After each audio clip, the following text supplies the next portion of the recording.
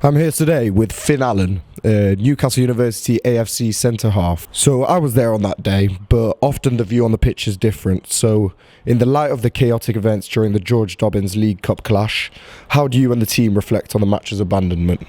Well, obviously we were quite disappointed we weren't able to get a full 90 minutes in. When you turn up on a Saturday, you're expecting a decent game, especially in the league we're in, and in that cup we've got aspirations of going far, so we were quite hoping to get a good result in. But when the game's called after 10 minutes, it just puts a real dampener on your day, and you're just like, what's the point of even turning up? As a centre-half, how did the early red cards and disruptions on the field impact your approach to the game?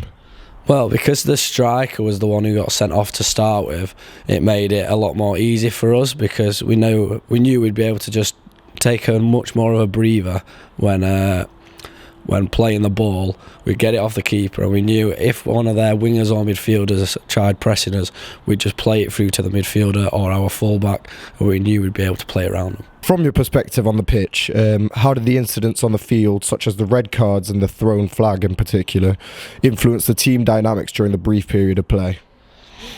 Well, if anything, we were just a bit shocked and taken aback, because obviously we know people get on at the refs, but this guy was non-stop. He wouldn't stop about it. And then as soon as he did get a red, the whole team, the whole sidelines for them were all up in arms.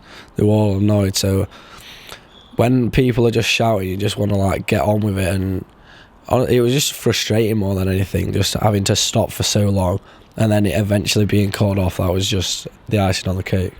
Well, as a centre-half particularly, how do you personally deal with teams that do not necessarily abide by the rules and are very, very physical, such as Hazel Rig?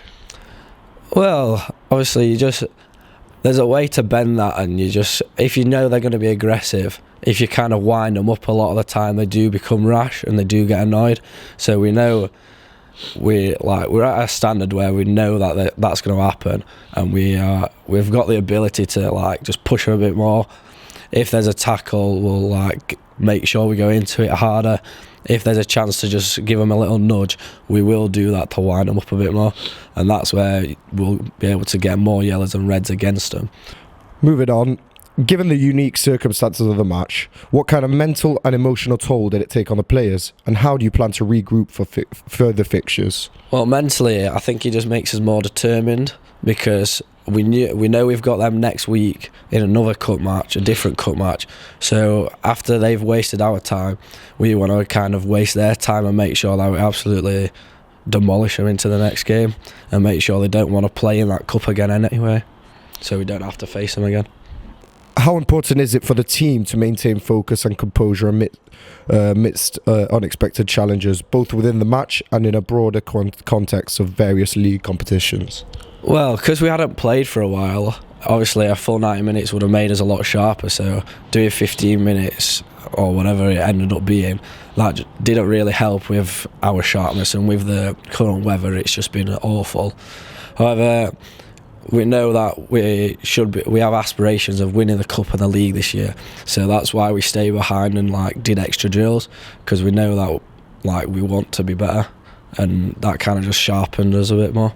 As a crucial part of the university's team, how do you see the team bouncing back from this unique experience, and what lessons can be drawn to enhance the team's resilience in future encounters?